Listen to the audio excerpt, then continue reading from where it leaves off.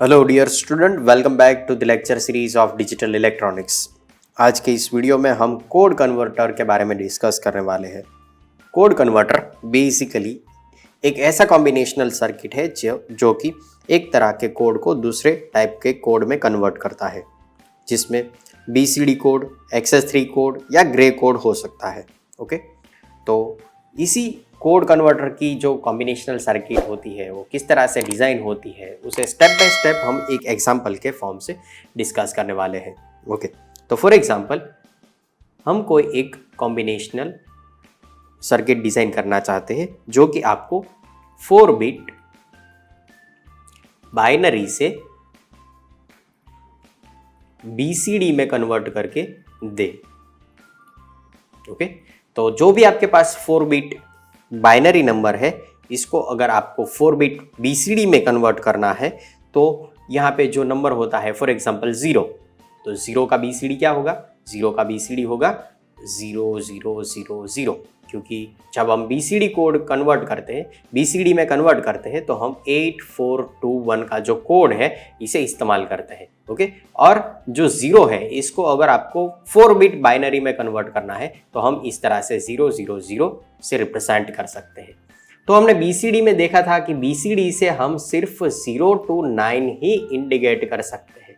अगर हमें 10 को रिप्रेजेंट करना है BCD में तो हम 4 बिट कोड से नहीं कर सकते, क्योंकि अगर हमें करना है तो 10 को BCD में कन्वर्ट करने के लिए 0 के लिए एक BCD कोड बनेगा और 1 के लिए दूसरा BCD कोड बनेगा 0 0 0 1, और इन दोनों को आप सीरीज में लिखोगे तो आपको 10 का BCD कोड 0 0 0 1, देन 0 के लिए 4 टाइम्स 0, कुछ इस तरीके से BCD कोड मिलेगा जिसमें 8 बिट्स होंगे। ओके, तो जब भी हमारे पास इस तरह का कोड आता है जिसमें हमें 4 बिट से रिप्रेजेंट करना है तो इसमें हमें 6 ऐड करना पड़ेगा, और 10 + 6 करोगे तो आपको नंबर मिलेगा 16। ओके, और इसको अगर आपको BCD में कन्वर्ट करना है तो आप BCD में कन्वर्ट कर सकते हो, और इसके लिए हमें क्या करना है, एक कैरी आगे ट्रांसफर, एक बिट और यूज करना पड़ेगा जिसको हम कैरी बिट बोलते हैं। ओके, तो इस तरीके से हम BCD में कन्वर्शन कर सकते हैं। तो चलिए देखते हैं किस तरह से हो सकता है। फॉर एग्जांपल 1 को आपको BCD में लिखना है तो 1 का बाइनरी क्या होगा? 0 0 0 1, और इसी का BCD होगा 0 0 0 1। ओके, इस तरह से 2 3 4 5 6 7 8 9, 0 to 9 आप BCD में डायरेक्टली जो बाइनरी वैल्यू है वही आपका BCD नंबर होगा। ओके, तो मैं यहां पे जल्दी से लिख देता हूं, यहां पे बाइनरी नंबर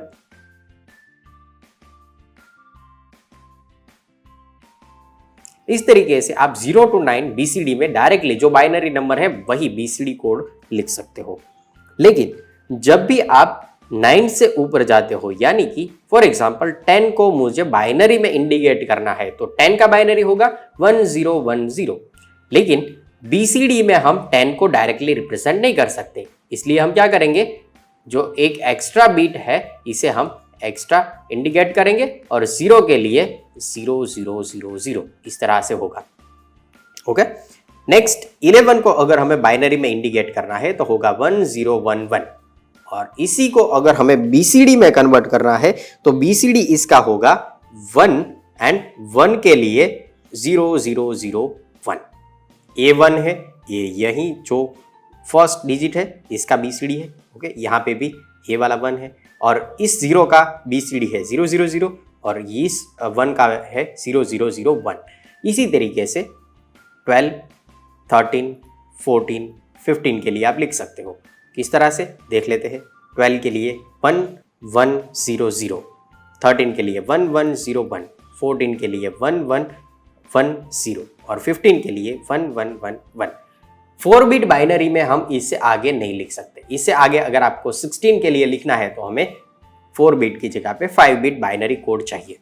ओके, लेकिन BCD में लिखना है तो इसका होगा 1 0 0 1 0, यहाँ पे होगा 1 0 0 1 1, यहाँ पे होगा 1 0 1 0 0, यहाँ पे होगा 1 0 1 0 1, और अगर 16 के लिए आपको लिखना है तो 16 के लिए होगा 10110।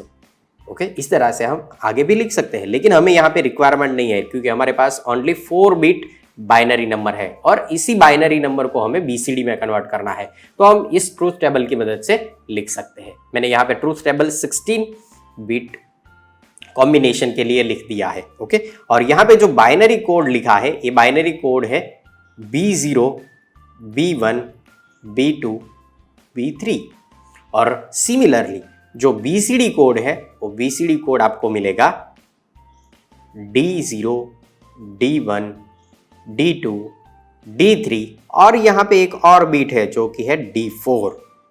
ओके, तो जो ए वाले कॉम्बिनेशन है 0 to 9, इसके लिए D4 की वैल्यू क्या रहेगी? D4 की वैल्यू उसके लिए रहेगी 0। ओके, तो यहां पे मैं लिख देता हूं 0 0 0 0। ओके, तो ये 8 कॉम्बिनेशन जो ये 10 कॉम्बिनेशन है इसके लिए D4 की वैल्यू रहेगी 0 और रिमेनिंग बिट कुछ इस तरह से होंगे। तो ये हमने ट्रूथ टेबल डिजाइन कर लिया है। जो बेसिक मेथड था वही बेसिक मेथड यहाँ पे इंप्लीमेंट होगा कि अगर आपको कोई कॉम्बिनेशनल सर्किट डिजाइन करनी है तो पहले नंबर ऑफ इनपुट और आउटपुट को काउंट कर लो, नेक्स्ट सिंबल से रिप्रेजेंट कर लो। तो जितने भी आपके पास इनपुट और आउटपुट है इसको सिंबल से रिप्रेजेंट कर दो। तो ये रिप्रेजेंट कर दिया, ये हो गया रिप्रेजेंटेशन। B0 से B3 इनपुट और D0 से D4 आउटपुट। नेक्स्ट एक ट्रूथ टेबल डिजाइन करो, तो हमने ट्रूथ टेबल डिजाइन कर लिया। फोर्थ स्टेप क्या रहेगा? फोर्थ स्टेप रहेगा जो ट्रूथ टेबल मिला है उससे बुलियन इक्वेशन और एक्सप्रेशन निकाल लो। तो बुलियन एक्सप्रेशन निकालना नेक्स्ट स्टेज रहेगा। और last stage logical diagram design करो। जो भी आपको बुलियन एक्सप्रेशन मिला है उससे लॉजिकल डायग्राम ड्रॉ कर लो।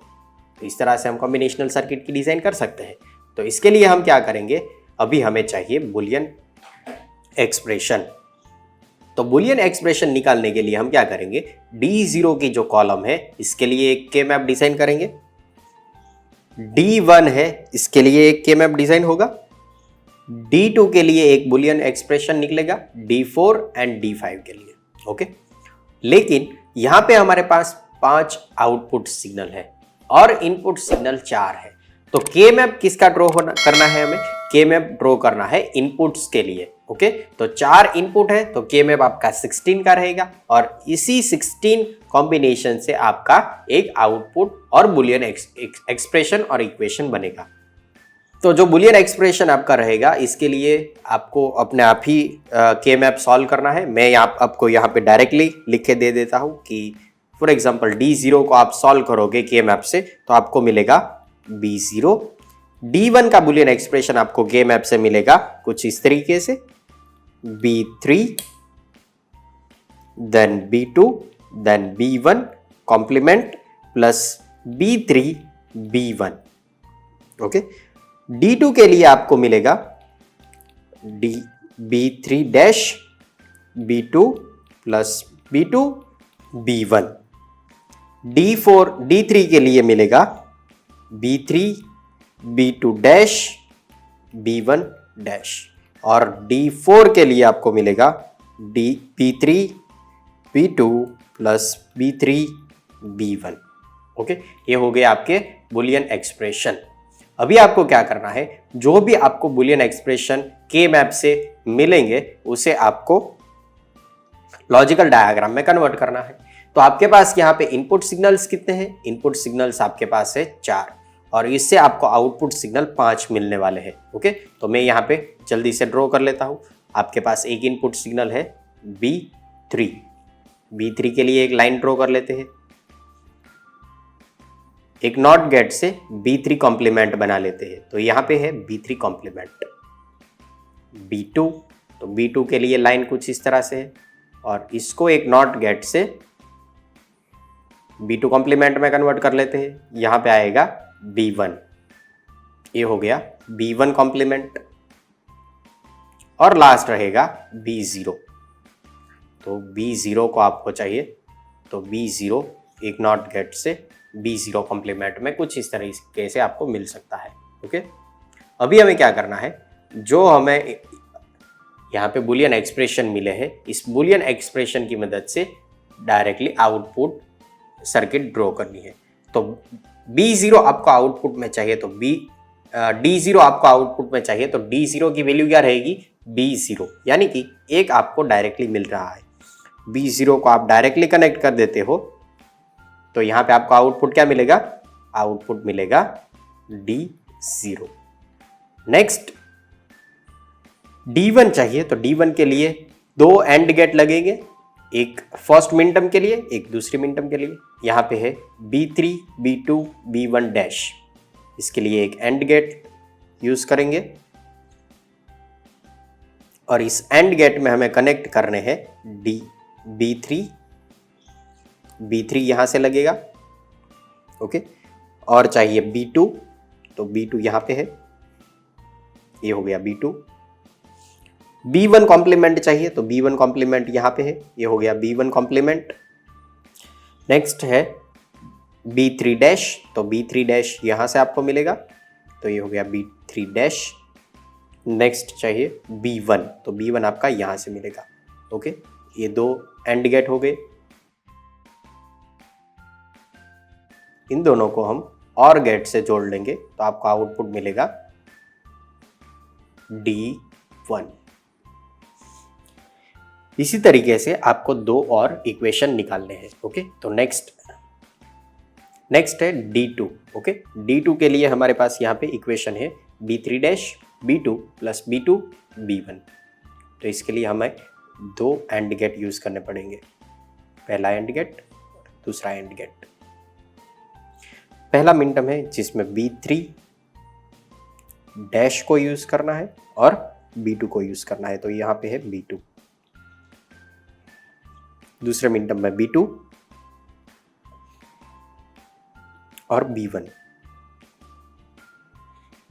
तो ये हो गया B1, ओके। दोनों को जोड़ने के लिए और गेट यूज कर लेते हैं।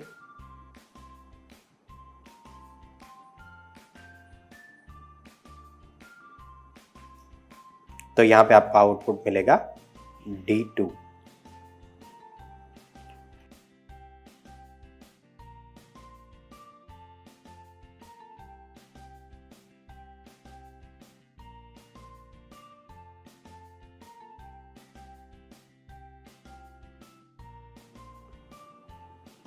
D4, okay. तो ये हो गया आपका कन्वर्टर जिसमें आप इनपुट में binary number 4 bit binary number apply करोगे तो आपको आउटपुट में BCD नंबर मिलेगा। इसी तरीके से आप कोई भी कोड कन्वर्टर सर्किट डिजाइन कर सकते हो, ओके।